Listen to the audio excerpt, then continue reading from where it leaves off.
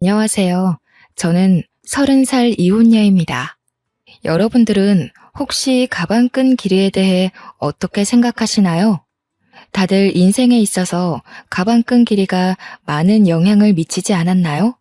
저는 대학생 때 임신해서 어린 나이에 결혼하고 결혼 생활 내내 학식 교양을 넘치도록 좋아하는 시어머니에게 미치도록 시달렸어요. 하지만 인생사 세옹지마라 할까요? 사랑하는 아이가 있었기에 저는 다시 일어설 수 있었답니다. 결혼에는 한 번 실패했지만 인생에는 실패하지 않은 제 이야기를 꼭 들려드리고 싶습니다. 제가 대학교 1학년 때 2년 선배였던 남편을 만났어요. 남편은 듬직하고 자상하고 유머 감각도 있어서 후배들에게 인기가 많았고 저는 짝사랑하는 처지였어요. 남편이 제 첫사랑이었죠.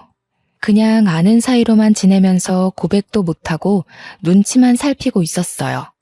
당시 저희 집은 2층 집에 살면서 1층에는 작은 식당을 하고 있었어요.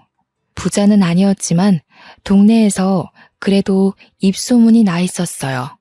사람들이 저희 부모님을 법 없이도 살 사람들이라 부르곤 했죠. 부모님이 서로 존댓말을 쓰실 정도로 사이가 좋고 외동딸인 저를 끔찍이 아껴주며 키우셨어요. 저희 부모님이 뭐든 다 들어주는 부모는 아니었지만 저한테 필요하거나 제가 꼭 하고 싶다는 건 어떻게든 해주시는 분들이셨습니다. 어릴 적부터 크게 과외를 받거나 하지 않아도 성적이 좋았고 운동이든 뭐든 다 잘했어요. 승부욕이 있는 편이었는데 이상하게 물러터진 데가 있어서 친구들한테 뒤통수를 맞을 때가 있었어요. 저희 아빠를 닮은 거였어요. 저희 아빠는 예전부터 사람이 무르다는 소리를 종종 들었는데 저도 아빠의 그런 성격을 물려받아서 싫은 소리를 잘 못했어요. 그러다 결국 아빠가 친구한테 빚보증을 잘못 써서 우리 집과 식당 건물이 통째로 넘어가 버리고 말았습니다. 평생에 걸쳐서 마련한 재산을 홀랑 날려버린 거였어요. 저희 가족은 하루아침에 길바닥에 낳는 신세가 됐습니다. 빚 도촉장들로 가득 찬 지하방에서 나와 학교로 가는 심정은 처참했어요. 엄마는 남의 집 일을 하며 마음고생을 하느라 하루가 다르게 얼굴이 상하고 손이 거칠어지는 게 보일 정도였고 아빠는 집에 잘 들어오질 않아 만날 수도 없었습니다. 여태껏 열심히 살아온 두 분이 스스로에 대한 믿음을 잃고 모든 걸 포기할까봐 그게 제일 무서웠던 것 같아요. 친구들은 축제다 뭐다 밝고 행복하기만 한데 제 주위에만 회색 구름이 짙게 드리워 있는 것 같았어요. 수업에도 집중이 안 되고 내가 지금 뭘 하고 있는 건가, 뭘 해야 하는 건가 생각만 들더군요. 그러다가 어느 날은 학생회관 앞 자판기 앞에서 저도 모르게 쪼그리고 앉아서 무릎에 얼굴을 묻고 있었어요. 그때 누가 제 이름을 부르더군요. 고개를 들어보니 제가 좋아하던 선배가 거기 있었어요. 여기서 뭐 하냐면서 저를 벤치로 데리고 가서 따뜻한 코코아를 뽑아줬어요. 그리고 제 얘기를 들어줬습니다. 그때까지 누구한테도 힘든 내색을 하지 못했던 저는 쏟아내는 슬픔과 걱정, 억울함, 불안한 미래에 대한 막막함 같은 것들을 털어놨어요. 선배는 제 얘기를 가만히 들어주고 제 등을 토닥여주더라고요. 그날 마셨던 코코아 맛이 오래도록 생각날 정도로 그날은 제 인생에서 가장 따뜻한 날 중 하나였어요. 그날부터 선배는 제가 밥을 먹었는지 또 혼자 축 처져 있진 않은지 저를 살피고 살뜰하게 챙겨주기 시작했습니다. 또 사주고 과제도 챙길 수 있게 물어봐주고 과 모임에서 소외되지 않게 꼭 저를 챙겼어요. 나중에 보니까 남편은 그렇게 누가 됐든지 간에 다른 사람이 힘들어하는 걸 그냥 지나치지 못하는 성격이었더라고요. 이럴 때일수록 더 열심히 먹고 열심히 놀고 열심히 공부해야 하는 거야. 알겠지? 저는 남편이 그럴 때마다 고맙다는 말도 제대로 못하고 괜한 입술만 달싹이곤 했어요. 과 모임에서 술을 많이 마신 날 저를 집 앞까지 데려다준 선배의 팔을 붙잡으며 가지 말라고 했어요. 선배랑 떨어지기 싫다고요. 결국 우린 연인이 됐습니다. 저는 선배 없이는 하루도 살 수 없는 사람이 되고 말았어요. 뭐든 선배가 챙겨주다 보니 선배가 없으면 사는 게 사는 것 같지 않을 정도였어요. 너무 많이 기대서였을까요? 사귄 지 1년 만인 2학년 가을에 임신을 했다는 걸 알게 됐습니다. 생리가 늦어지는 줄도 모르고 있다가 알게 됐을 땐 이미 3달이 넘어 있었어요. 망연자실했죠. 도무지 어떻게 해야 할지 알 수가 없었어요. 남편도 아직 졸업하려면 한참 남았고 저희 집에서는 아무런 지원도 받을 수 없는 상황이었죠. 저는 어쩔 수 없이 학교를 쉬어야 했지만 남편이라도 하루라도 빨리 취직할 수 있게 준비하는 게 낫다고 판단했어요. 저희는 부랴부랴 혼인신고만 하고 결혼식은 조촐한 식사로 대신한 다음 시댁으로 들어갔어요. 당시 시댁은 24시간 국밥집을 하고 있었어요. 시댁은 처음부터 저를 안 좋아했어요. 특히 시어머니는 면전에 대고 막말을 하는데 보통 독한 사람이 아니더군요. 첫날부터 단단히 잘못 걸렸다는 촉이 오고 머릿속에 비상벨이 왱왱 울리는 느낌이었습니다. 하지만 어쩌겠습니까? 이미 아이가 생겨버렸는데요. 결혼을 해버렸는데요. 시어머니는 대놓고 저에게 우리 아들은 대기업에 들어가 앞길이 탄탄대로일 텐데 너 때문에 내 금쪽 같은 아들 발목이 잡혔다라고 했어요. 제가 공부를 못 마친 걸 가방끈이 짧다고 표현하며 툭하면 구박하기가 일쑤였죠. 학식 있고 교양 있는 것에 대한 로망이 있는지 툭하면 자기네 집안은 훨씬 더 좋은 집안에 교양 있는 며느리를 얻을 수 있었다고 했어요. 제가 없는 데서도 툭하면 제 흉을 봤어요. 시아버지나 친척들에게 베어먹지도 못한 애가 우리 집안에 맨몸으로 오다니 이게 무슨 날벼락이냐고 하소연하는 걸 여러 번 들었죠. 저는 아들을 낳자마자 산후조리도 제대로 못하고 시부모네 식당을 도와줘야 했어요. 식충 취급하는 소리가 벽을 뚫고 들어오는 것 같아서 도저히 가만히 있을 수가 없었죠. 피덩이 같은 아기를 업고 식당에서 밤늦게까지 일을 했어요. 집에 들어가면 또 집안일을 해야 했는데 너무 바쁘고 눈치가 보이니까 그게 너무하다는 생각도 못하고 살았어요. 시어머니는 제가 힘들어서 조금이라도 쉬려고 하면 네가 무슨 큰일을 한다고 힘들다고 야단이냐면서 야단법석을 떨며 면박을 줬어요. 집에 들어왔으면 시아버지 잠자리도 봐드리고 집안일을 챙겨야지. 어디 새파랗게 젊은 것이 집에 들어오자마자 방 안에 틀어박혀? 못 배워먹은 티 내는 거냐? 가방끈이 짧으면 노력이라도 하라고 했지? 어머니, 저 하루 종일 일하고 오늘 지훈이 아파서 병원에 뛰어갔다 왔잖아요. 저도 지금 열이 나고 몸에 기운이 하나도 없어요. 조금만 누워있다 할게요. 으이그, 그러게. 저렇게 복 없이 생긴 애들은 꼭 생긴 대로 논다니까. 그러게 저렇게 복 없는 애가 우리 아들 발목을 잡게 내버려뒀으니 원. 손주 새끼 봐서 참지. 애미라고 있는 게 없는 집에서 못 배워먹어 교양 없는 티를 팍팍 내니 애까지 닮을까봐 걱정이다. 걱정. 처음에는 시어머니에게 대들지는 못하고 남편에게 하소연했어요. 그런데 결혼 전에는 그렇게 저를 끔찍이 아껴주던 남편은 네가 시어머니에게 맞춰야 한다면서 하나도 힘이 되어주지 않았어요. 어머니는 왜 자꾸 나한테 가방끈이 짧다고 하시는 거야? 내가 무슨 가방끈이 짧아. 나 우리 학교도 수석으로 입학했고 내내 꽈탑 놓치지 않을 정도로 공부 잘했는데 나이 드신 분들이 다 그렇지 뭐. 그냥 하는 말씀이니까 너무 귀담아 듣지 마. 어머니가 예전부터 나를 좋은 집안에 장가 보내고 싶어 해서 그래. 어릴 때부터 노래를 불렀다고. 우리 결혼할 때 너네 집에서 아무 지원도 못 받은 건 사실이잖아. 조금만 참으면 어머니도 다 이해하실 거야. 처음부터 끝까지 참고만 있잖아. 언제까지 저렇게 막말하시는 걸 참아야 해? 우리 어머니 그렇게 나쁜 분 아니야. 두 아들 키우느라고 얼마나 애를 쓰셨는데. 네가 우리 집에 들어와서 그거 하나 이해 못해줘? 가진 거 없이 결혼한 우리 탓이라고 생각해야지 뭐. 애를 나 혼자 만든 건 아니고 내가 학교도 못 마치고 결혼한 게 내 탓만은 아니잖아. 아기 가지고 결혼한 게 무슨 죽을 죄 지은 것도 아닌데 어머니는 무슨 나를 죄인 취급하시려는 것 같아. 아, 그러니까 조금만 참아 보라니까. 예전에는 그렇게 따지는 성격 아니었잖아. 어른들 하시는 말에 왜 그렇게 말이 많아? 나 취직 준비하느라 스트레스 많이 받는 거 몰라? 취직 준비한다고 늦게 들어와서 식당 일도 안 도와주고 애도 하나도 안 보잖아. 아까 말했듯이 애를 나 혼자 만든 것도 아닌데 내가 왜 전부 다 뒤집어 써야 하는데? 뒤집어 씌운다니 무슨 말을 그렇게 해? 얘가 진짜 갈수록 말 조심해.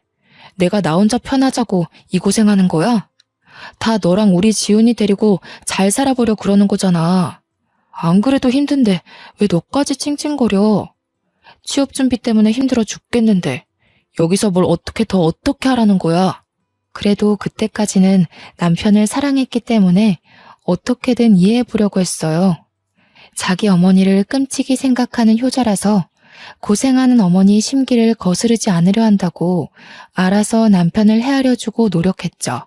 생각해보면 정말 바보 같은 짓이었어요. 나중에 알고 보니까 제 힘든 건 귓등으로 듣던 남편은 취업 스터디 모임에서 여기저기 온갖 오지랖을 부리고 있었더라고요. 힘든 애들 고민 상담해준답시고 돌아다니고 발벗고 뛰어다니며 해결사 노릇을 하고 있었죠. 저는 과 친구들과 연락이 다 끊겨서 몰랐다가 나중에야 그 사실을 알게 됐어요. 그래도 밖에서 이 사람 저 사람 비위 맞춰주고 다닌 보람이 있었는지 남편은 진짜로 대기업에 취직을 했어요. 제 동기들이 취직 준비를 하고 좋은 데 취직하는 동안 저는 뒤처지는 느낌을 받곤 했어요. 동기들이 좋은 데 놀러가서 찍은 사진을 SNS에 올린 걸 보면 어쩐지 마음 한구석이 휑해지는 느낌을 받곤 했죠. 점점 사회인으로서 제자리를 찾아가는 동기들에 비해 제 모습이 초라해서 동기들이 연락해도 잘 받지 못했어요. 그래도 아이 키우는 재미가 있었고 예쁜 아이가 있다는 것에 만족하려 했어요. 아이가 말을 하고 걷고 하루가 다르게 자라는 걸 보면 또 하루를 살아낼 힘이 생기곤 했습니다.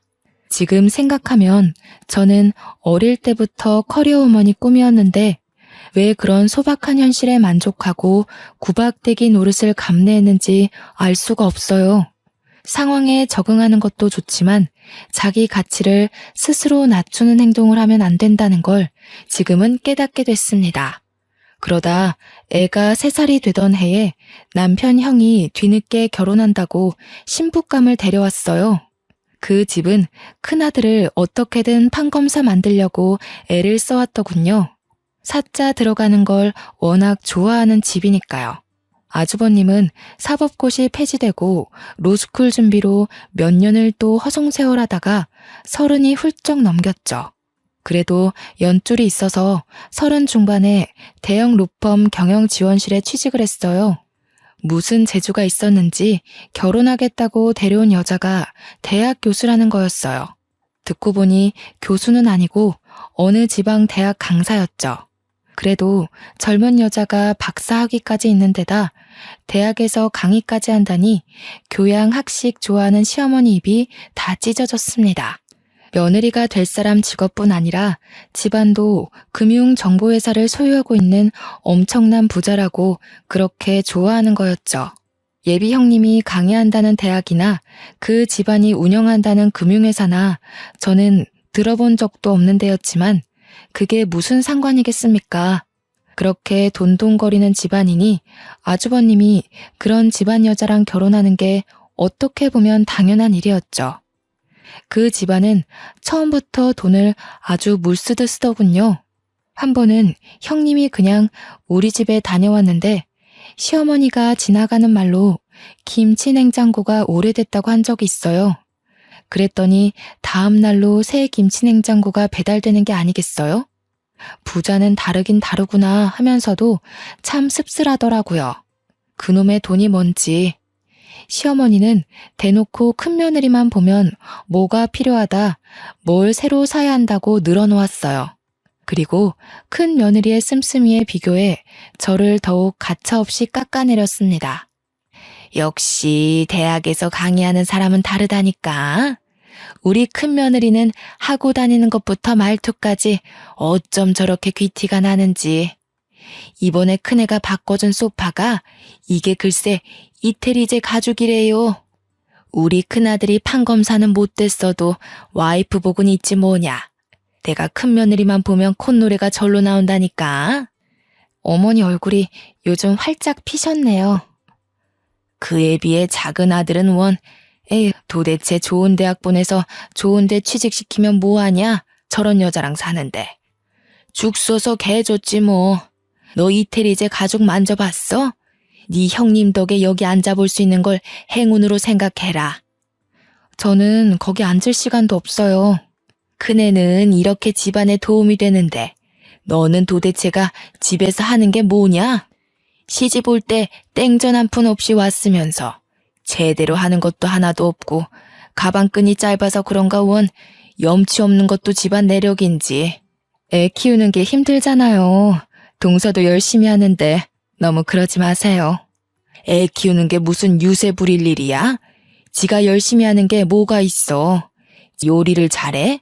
그렇다고 돈을 잘 벌어와. 아니면 뭐 교양이 있어서 애를 영재로 키워? 그러면서 맨날 힘들다. 우리 때는 애 키우면서 밭도 갈고 집안 어른들까지 모셨어.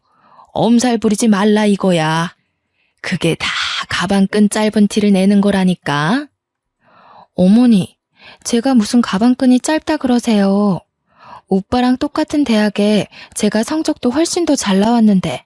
성적 잘 나오면 뭐해? 네가 지금 그 잘난 성적 가지고 할 수 있는 게 뭐가 있어? 성적 잘 나와서 애를 잘 키워? 식당 일을 잘해서 장사가 잘 되게 해.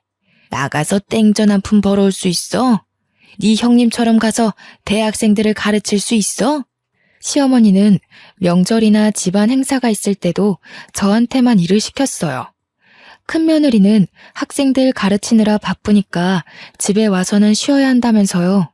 형님 네애가 집에 올 때마다 한우며 명품이며 비싼 선물을 잔뜩 들고 오니까 아예 손님 취급을 하더군요. 저를 집안의 일꾼, 노예 취급하는 거랑은 완전히 반대였습니다. 시어머니는 큰며느리가 명절에 해외여행을 간다고 해도 흔쾌히 보내줬어요.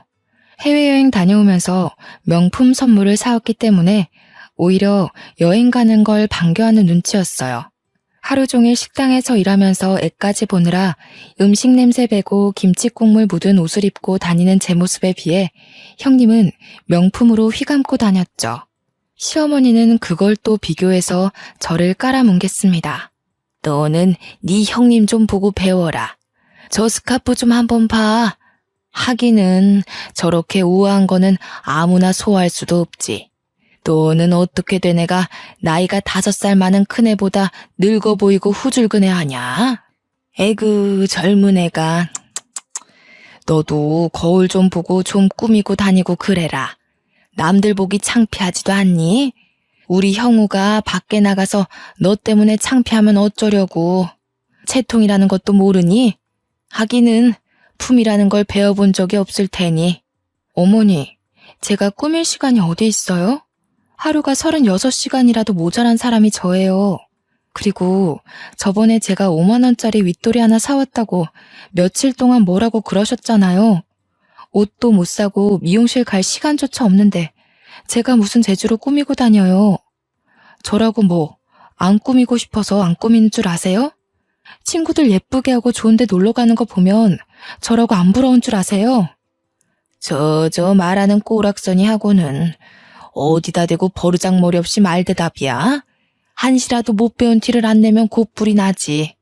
그럴 때마다 분통이 터져서 견딜 수가 없었고 마음 같아선 다 뒤집어 엎고 싶었지만 어린 아들에게 안 좋은 영향이 갈 것 같아 매번 끝까지 가지는 못했어요. 결혼할 때 아무것도 못 들고 온 내 죄다 하고 생각하려고 했죠.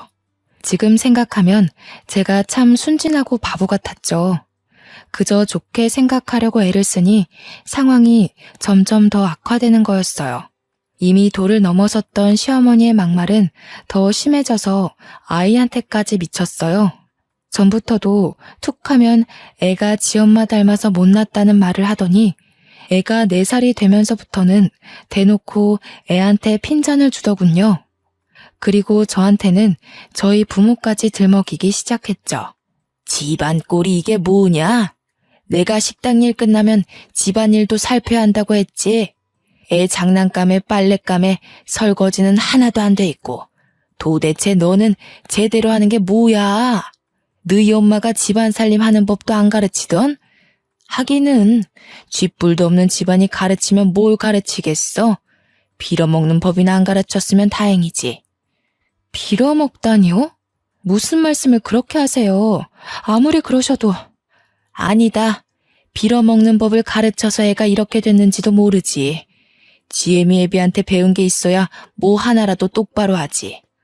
없는 집 애가 가방끈까지 짧으니 설상가상이지 뭐야. 지 아들한테도 똑같이 가르칠까봐 겁난다. 겁나. 아니 어머니, 저희 엄마 아빠는 왜 건드리세요?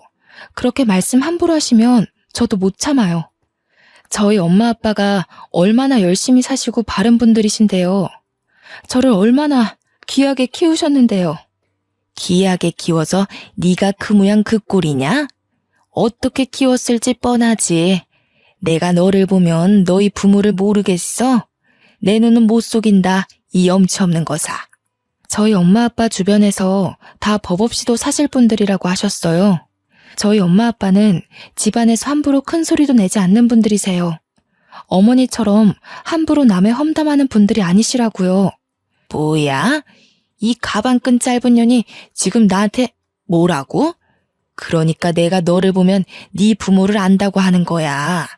어디 버르장머리 없이 시어머니한테 꼬박꼬박 말대답을 해? 네가 그렇게 못 배워먹은 티를 내니까 니네 아들이 배우잖아.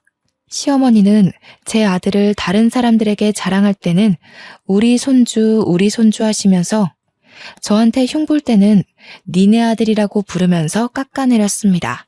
어떨 때 보면 손주라고 생각하는 건지 원수의 자식이라고 생각하는 건지 헷갈릴 정도로 어린애한테 꼬투리를 잡고 흉을 보더군요. 한날은 애가 밥을 먹다가 옷에 음식이 떨어져서 얼룩이 좀 생겼어요. 그걸 본 시어머니가 쯧쯧거리면서 애한테 이러는 거였습니다. 에휴, 진짜 내가 저럴 줄 알았지. 지 엄마네 가족 닮아서 하는 짓이 어찌나 없어 보이는지. 지 엄마 닮아서 밥도 빈티나게 먹네. 그날 아이를 재우면서 많이 울었습니다. 잠든 아이를 쓰다듬고 또 쓰다듬었어요. 참아야 한다. 우리 지훈이를 위해 내가 못할 일이 뭐가 있겠나. 하지만 지금도 애가 자라면서 점점 눈치를 보는 게 눈에 보이는데 저런 할머니 곁에 있다가는 애를 망칠지도 모르겠다는 생각이 들더군요. 저는 그날부터 시어머니가 막말을 할 때마다 휴대폰 녹음기를 켜는 습관이 생겼습니다. 아이를 보호하기 위해 뭐라도 해야겠다는 생각에 지푸라기라도 잡는 심정으로 한 일이었죠. 그러다 저희 엄마가 식당 근처에 볼 일이 있어서 왔다면서 들르신 적이 있었어요. 엄마는 잠깐 얼굴만 보고 간다면서 극구 사양하시는데 저는 오랜만에 만난 엄마에게 꼭 밥 한 끼를 대접해드리고 싶었어요. 그동안 고생하시는 거 알면서 바쁘다는 이유로 제대로 찾아뵙지도 못하고 어려운 형편에 도움이 되어드리지 못했으니 항상 마음 한구석이 아렸거든요. 추운 겨울날이었습니다. 엄마는 호박 시루떡을 보자기에 잘 싸서 가지고 왔어요. 제가 어릴 때부터 좋아하던 음식이었죠. 그런데 떡을 받아든 시어머니의 눈치가 영 떨떠름했습니다. 무슨 잡상인이나 불청객이라도 온 것처럼 저희 엄마를 위아래로 훑어보는 게 아니겠어요? 시어머니의 태도에 기분이 상했지만 엄마 앞에서 분위기를 망치고 싶지 않았던 저는 애써 즐거운 척하며 엄마를 식당 구석으로 데려갔습니다. 추운데 왜 자꾸 그냥 간다고 그러세요? 여기 앉아서 몸 좀 녹이고 조금만 계세요. 여기 설렁탕 맛있어요. 제가 금방 가져다 드릴게요. 혜인이 너는 밥 먹었니? 그렇게 아니다. 바쁜데 왜 엄마까지 챙기느라 고생할까봐 그러지. 나는 그냥 너랑 지훈이 얼굴만 보고 가면 되는데. 엄마 드릴 국밥을 준비하는데 시어머니가 한마디 하더군요. 에휴, 사돈댁에 오면서 이런 걸 선물이라고 가져오는 수준하고는 참나 어이가 없다 어이가 없어. 큰애처럼 명품까지는 바라지도 않아.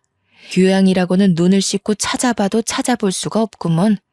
가방끈 짧은 애를 남의 집 귀한 아들한테 맨몸으로 보내놓고 미안하지도 않나? 그런데 조금 있다가 단체 손님이 들어왔어요. 식당이 와글와글 꽉 찼는데 엄마 혼자 밥을 먹고 있는 게 영 신경이 쓰여서 저는 바쁜 와중에 흘끔흘끔 엄마를 보고 있었어요. 그때 시어머니가 엄마가 앉아있는 자리 바로 옆 테이블 위에 행주를 철푸덕 소리가 나게 던지더군요. 탁탁 소리가 나게 수저통도 닫고 의자도 정리하며 밥 먹는 엄마가 눈치를 보게 했습니다. 손님들이 더 올 텐데 자리가 없어서 어떡하냐면서 말이죠. 그러더니 카운터 쪽으로 오면서 이러는 거였습니다. 아휴, 못 배운 집안이라 그런가 밥 먹는 것도 눈치코치 없이 먹네. 피꺼소시란 말 아시죠? 아무 말도 못하고 시어머니 하는 양을 겪는 줄로 보던 저는 말 그대로 피가 거꾸로 솟는 걸 느꼈습니다. 혹시 엄마가 들었을까봐 조마조마하면서 엄마 쪽을 쳐다봤어요. 다행히 엄마는 못 들었는지 아무렇지 않은 표정으로 밥을 마저 다 드시더라고요. 그날 저녁 빨래를 개고 있는데 시어머니가 안방에서 시아버지게 하는 말이 들렸습니다. 우리 엄마 흉을 보더군요. 큰며느리네는 좋은 식당을 예약해서 대접하는데 안 그래도 딸을 빈손으로 보낸 주제에 코딱지만한 식당에 와서 꾸역꾸역 밥을 먹고 있다면서요. 저는 개고 있던 수건을 그대로 팽개치고 방으로 들어왔습니다. 하루 종일 뼈 빠지게 일해서 돈 벌어주는데 엄마에게 밥 한 끼를 대접해드리는 것도 눈치를 봐야 한다는 사실에 저는 이성의 끈을 놓치고 말았습니다. 그리고 밤늦게 돼서야 집에 들어온 남편에게 오늘 있었던 일을 말하면서 따졌습니다. 나를 무시하는 것까지 그렇다 치려 했지만 지훈이랑 우리 엄마 아빠한테까지 함부로 굴고 막말하는 건 못 참아. 이제 더는 못 참는다고. 내가 이 집 노예야? 솔직히 나 없으면 식당 운영할 수나 있어? 하루 종일 일하고 애까지 보는데 내가 우리 엄마한테 밥 한 끼 못 대접해줘? 내가 너네 엄마 밥 주지 말라 그랬어. 하루 종일 일하고 온 사람한테 생 난리를 치네. 왜 별것도 아닌 것 가지고 난리를 치고 그래. 엄마 들으면 어쩌려고. 뭐라고? 지금 그걸 말이라고 하는 거야? 나는 어떻게든 오빠 맘 편하게 해주려고 지훈이 잘 키워보려고 꾸역꾸역 다 참아왔는데 어떻게 오빠가 나한테 이럴 수가 있어. 맨날 늦게 들어오고 일 때문이라고. 나는 일주일에 외출 한 번 못하는데 혼자 밖에서 놀러 다니니까 좋아? 목소리 낮추라고 했지. 얘가 진짜 점점 왜 이래? 너 예전엔 아니랬잖아. 왜 이렇게 변했니? 진짜 무섭다 무서워. 아니, 아직 안 변했어. 진짜 무서운 게 뭔지 보여줘? 그때 밖에서 듣고 있던 시어머니가 들어와서 제 뺨을 때리더군요. 무슨 일인지 상황 파악을 못해 멍하고 있는 저에게 시어머니는 어디서 큰 소리를 내냐, 못 베어먹은 티를 낸다면서 소리를 질렀어요. 그리고 머리채까지 잡아당겼습니다. 저는 저도 모르게 시어머니 머리끄덩이를 같이 잡아당겼어요. 제가 무슨 일을 하고 있는지조차 모를 정도로 화가 나 있었어요. 그날 밤을 뜬 눈으로 지새운 저는 아침 일찍 짐을 챙겨 그 집에서 나왔습니다. 아들에게 한마디도 못하고 나오는 것이 걸렸지만 아들 얼굴을 보면 도저히 발이 떨어지지 않을 것 같았어요. 그 길로 저는 신림동 고시촌으로 들어갔습니다. 엄마 아빠가 보고 싶었지만 친정에 가면 두 분이 슬퍼하실까봐 도저히 갈 수가 없었어요. 고시원을 얻어 짐을 풀고 대학 때부터 고민만 하다 제대로 시작하지 못한 행정고시 공부하기 시작했어요. 아이를 낳은 뒤에도 미련을 못 버리고 있었기에 일사천리로 준비해 공부에 돌입할 수 있었습니다. 남들은 학생 때부터 죽어라 해도 어려운 공부를 몇 년 공백 끝에 시작하는 건 결코 쉽지 않은 일이었어요. 하지만 분노로 눈이 돌아버린 상태였기에 오히려 다른 거에 신경 안 쓰고 공부에 집중이 잘 되더라고요. 그때가 저희 부모님이 어렵게 빚을 갚고 돈을 모아 신림동에서 작은 식당을 다시 열었을 때였어요. 식당이라고 하기도 뭐할 만큼 허름한 곳이었지만 두 분이 다시 힘내서 마련한 자리였죠. 한날은 제가 모의시험 점수가 영 안 나와서 실망한 마음에 걸어 다니다가 저도 모르게 엄마 아빠 식당 쪽으로 걸어갔어요. 그전에는 혹시 눈에 뜨일까봐 그쪽으로는 가지도 않았거든요. 가게에 들어서자마자 엄마가 제 얼굴을 보시더니 저를 안고 막 우셨습니다. 저는 깜짝 놀랐어요. 엄마가 하는 말이 엄마 아빠가 못나서 네가 공부도 제대로 못 마치고 시댁에서 구박받고 산다는 거였어요. 저는 아니라고, 내가 악이 가져서 그런 거라고, 내가 실수해서 그런 건데 왜 엄마가 미안해 하냐면서 엄마랑 붙잡고 같이 울었어요. 그리고 그 집에서 나와 다시 공부 시작했다고 엄마에게 털어놨죠. 엄마는 깜짝 놀라더라고요. 그래도 그 집으로 다시 들어가라는 말은 절대 안 하셔요. 그날 저녁 고시원에 들어왔는데 아빠로부터 문자가 와 있었어요. 아빠가 미안한 게 참 많다고, 네 공부는 무슨 수를 써서라도 지원해 줄 테니까 아무 걱정하지 말고 공부에만 집중하라는 거였죠. 눈물이 핑 돌았어요. 열심히 사시다 그런 건데 엄마 아빠는 뭐가 그렇게 자꾸 미안하다고 그러시는 건지. 그리고 그런 생각이 들더라고요. 나도 열심히 하다가 그런 뿐이니까 나도 나를 탓하지 말자고요. 그리고 저는 무섭게 공부했습니다. 같이 공부한 애들이 뭐 먹으러 가자고 해도 저는 그 시간에 한 자라도 더 보려고 끼니를 대부분 김밥으로 때웠어요.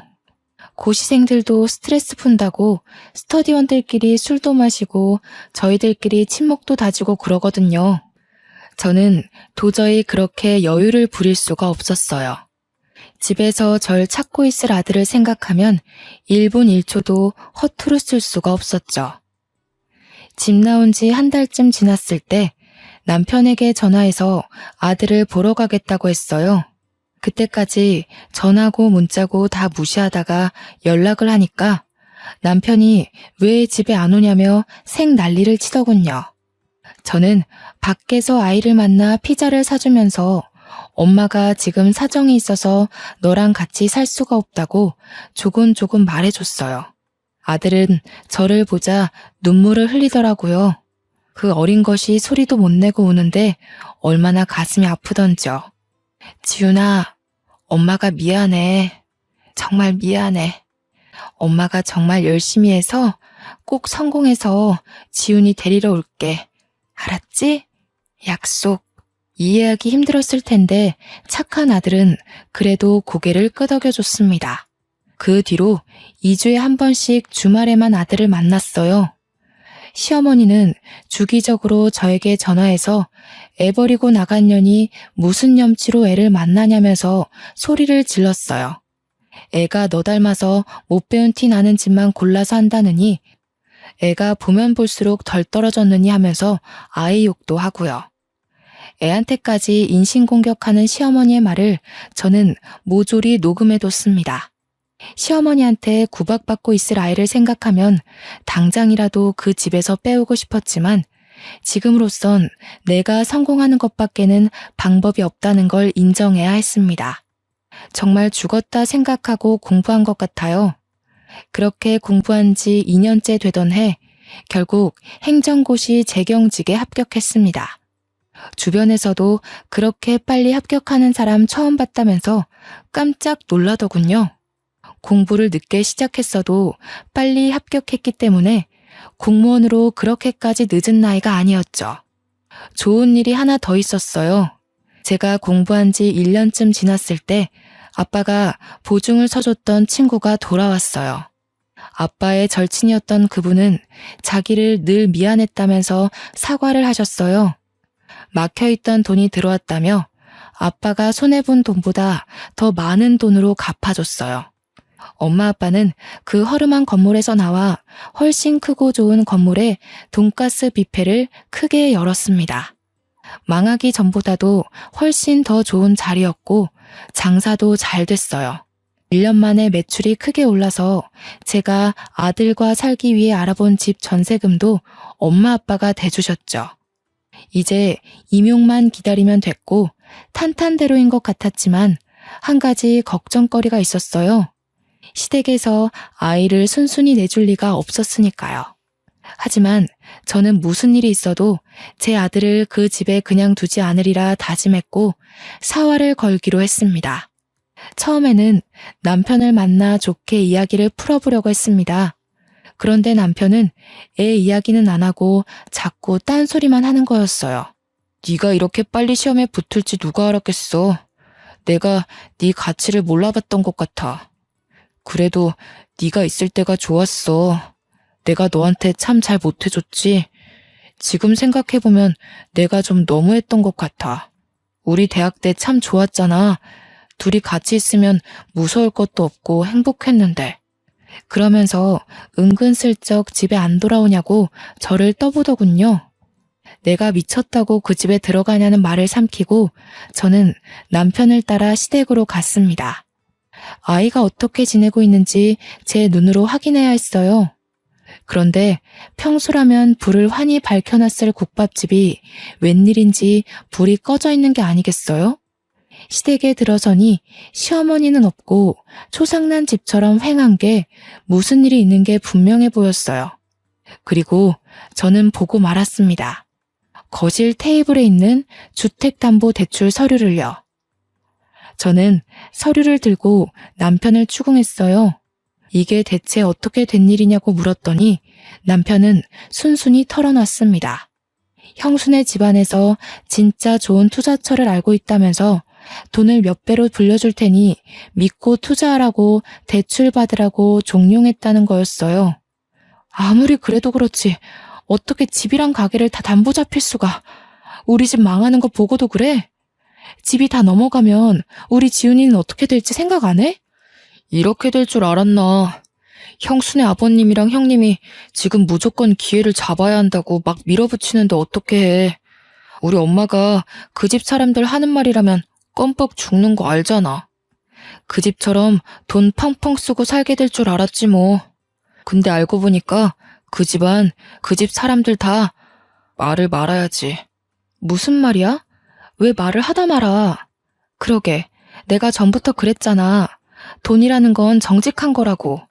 공짜로 돈 벌어준다는 사람들은 의심부터 해야 한다고 했잖아. 그 집 사람들 처음부터 좀 이상했어. 왜 순진무구하게 그 사람들 말을 다 믿고 그래? 아, 그러게 말이다. 네 말을 들었어야 하는데. 그 집 사람들 지금 주식 조작으로 잡혀갔어. 형수님 아버지랑 다. 뭐라고? 내가 하는 말은 귓등으로 듣더니 꼴 좋다. 이제 어쩔 거야? 모르겠어. 나도 모르겠어, 혜인아. 우리 이혼 다시 생각하면 안 될까? 지금 형이랑 형수도 이혼하는 판에 나까지 이혼하면. 집에 돌아가서 TV를 틀어보니 뉴스에서 형님네 집안에서 운영한다던 금융정보회사 이야기가 나오고 있더군요. 그 집 가족들 다 줄줄이 구속됐다는 거였어요. 그때가 또 한창 모 연예인의 박사학위 논문 표절 사건으로 떠들썩할 때였어요. 그런데 전문대 강사도 박사학위 논문 표절이라는 제목의 뉴스에 나오는 실루엣과 대학 이름이 어디서 많이 보던 거였어요. 저는 형님이 강의한다던 학교 홈페이지에 들어가 봤습니다. 거기엔 디자인과 땡땡땡 강사 박사학위 취소건에 대해 사과드립니다. 라는 제목의 게시물이 맨 위에 올라와 있었죠. 형님의 박사학위 논문이 표절률 85%로 취소된 거였죠. 학위 논문뿐 아니라 석사 논문까지 표절한 거였더군요. 시댁이 그렇게 좋아하던 교양과 학식, 그리고 돈까지 모두 사기였던 것입니다. 저는 더욱이 빨리 아이를 데려와야 한다는 생각에 마음이 급해졌습니다. 얼마 뒤 소송 준비가 끝났을 때 시어머니가 저희 엄마 아빠 식당에 찾아왔습니다. 무슨 바람이 불었는지 사기꾼 며느리한테서 받은 명품 스카프를 두르고 와서는 가게를 구석구석 살피더군요. 제법이구만. 못 배운 집이 가게 좀 크게 내봤자지. 어디 밥이나 좀 내와봐라. 얼마나 잘하는지 보자. 저는 시어머니란 인간은 꼴도 보기 싫고 말도 섞기 싫었었지만 아이 문제를 해결해야 했기에 침착하게 대꾸했어요. 여기는 밥을 갖다 드리는 데가 아니라 직접 떠서 드시는 데예요. 조금 있다 올 테니 식사하고 계세요. 군뱅이도 구르는 재주가 있다더니 쟤까지 꽤 그래도 용 빼는 재주가 있었나 보지? 행정고시인지 뭔지 그거 합격하면 월급이 얼마나 되는지는 모르지만 말이다. 잘난 체 하지 말라 이거야. 애새끼 버리고 간 년이 잘 되면 얼마나 잘 되겠냐만. 내가 지훈이를 봐서라도 이제라도 용서를 빌면 용서해 주마. 애한테는 그래도 엄마가 있어야지. 어머니한테 용서 빌릴 한 적 없어요. 이상한 소리 마시고 식사 안 하실 거면 나가세요. 저 말하는 꼬락서니 하고는. 네가 그러니까 본데 없는 년이라는 거야. 니까짓게 시험 좀 붙었다고 근본이 달라지는 줄 알아? 좋은 말로 할 때. 저는 시어머니 말을 무시하고 가버렸어요. 제가 변호사와 통화한 뒤 나가보니 홀이 난장판이 돼 있더군요. 시어머니가 밥을 안 떠준다면서 직원들에게 삿대질을 하고 머리채까지 잡은 거였어요. 정말 황당하기가 이를 데가 없었어요. 행패를 부리는 것도 정도가 있지. 시어머니는 그래도 분이 안 풀렸는지 고래고래 소리를 지르고 있었어요. 손님들은 물론 주방 직원들까지 나와서 미친 여자가 하는 꼴을 구경하고 있었죠. 아니, 어디서 서빙이나 하는 것들이. 밥을 가져오라면 가져올 것이지. 내가 너같이 천한 것들한테까지 무시당할 줄 알아? 당장 무릎 꿇고 사과해. 사과 안 해? 저는 주방으로 들어가 양동이에 물을 받아가지고 나왔습니다. 그때까지도 소리를 지르고 있는 시어머니에게 다가가 물을 냅다 뿌려버렸어요. 시어머니는 물에 빠진 생쥐꼴이 되어서도 악을 바락바락 쓰는데 진짜 악기가 따로 없더군요. 가방끈 짧은 년이 내 아들한테 들러붙을 때부터 알아봤어야 했어. 우리 집안 말아먹은 것까지 모자라서 나를 무시해? 어휴 분해. 내가 오늘 이 집안 아장 내버리지 그냥 갈 줄 알아? 교양 그렇게 좋아하시더니 사기꾼 집안한테 당하고도 아직도 정신 못 차리셨어요? 어디서 뺨 맞고 여기 와서 화풀이세요. 사과는 어머니가 저희 직원들한테 하셔야죠. 진짜 교양 없이 왜 이러세요? 그리고 제가 여태 알면서도 가만히 있었는데 가방끈 짧은 건 어머니 아니에요? 중학교 때 퇴학당해서 초졸이시라면서요. 학벌 콤플렉스 때문에 교양 하시는 걸 알겠는데 사기꾼은 조심하셔야죠. 뭐야? 인연이? 시어머니가 저한테 달려들어 머리채를 잡으려 할 때 저희 아빠가 중간에 끼어 시어머니를 밀쳐버렸어요. 이 여자가 진짜 미쳤나? 남의 집 귀한 딸한테 감히 뭐가 어쩌고 어째? 어디서 무식하게 남의 집 영업장에서 소리를 지르고 남의 귀한 식구들한테 행패를 부려? 우리는 직원들도 다 우리 식구들이야. 이러고도 무사할 줄 알아? 당장 꺼져. 꺼지지 못해? 영업방해로 손해본 거 다 청구할 줄 알아. 그리고는 경찰이 와서 시어머니를 끌어냈습니다. 저는 더 이상 시댁 식구들과 말로 해결하려 해서는 안 된다는 걸 깨달았어요. 바로 이혼 소송에 돌입했습니다. 얼마 뒤 대학 때 가장 친했던 과 동기에게 연락이 왔어요.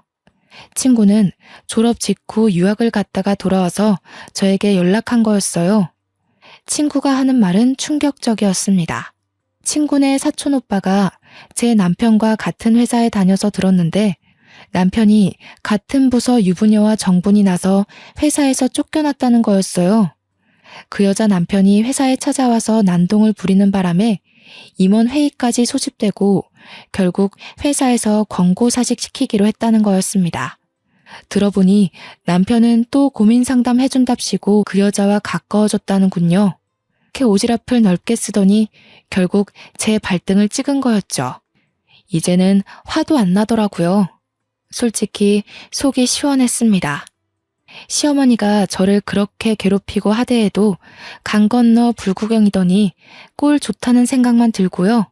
그 뒤로 어떻게 됐냐고요? 시간이 걸리기는 했지만 소송을 통해 양육권을 가져왔습니다. 남편이 직업이 없는 데다 시어머니가 애를 정서적으로 학대한 정황이 명확했기 때문에 어렵지 않게 양육권을 가져올 수 있었어요. 그 인간이 빈털털이라 양육비는 얼마 못 받았지만 제가 그 집 식당에서 하루 종일 일하며 재산 증식에 도움 준 것이 인정돼 위자료도 1억 가까이 받게 됐어요. 시댁이 돈을 잃은 건 제 탓이 아니니까요. 시댁 식구들은 남편은 물론 시아버지까지 저에게 전화해서 회유도 하고 화도 내며 돌아오라고 매달렸습니다. 제가 미쳤습니까? 콧방귀도 끼지 않았죠. 고생 끝에 낙이 온다는 게 이런 걸까요? 이제는 아들과 함께 알콩달콩 행복할 일만 남은 것 같습니다. 사랑이라 생각했던 게 저를 배신했고 결혼 생활은 저를 밑바닥으로 끌어내렸지만 저는 힘든 시간들을 통해 깨달음이라는 훨씬 더 큰 선물을 받았거든요. 지금까지 제 이야기를 들어주셔서 감사합니다. 마지막으로 여러분도 인생에 시련이 온다면 거기가 끝이라 생각하지 마시고 한 번 더 도전하셨으면 좋겠다는 말을 꼭 하고 싶어요. 시련이지 실패가 아니라는 말도 있잖아요. 추운 날씨에 감기 조심하시고 우리 인생 파이팅입니다.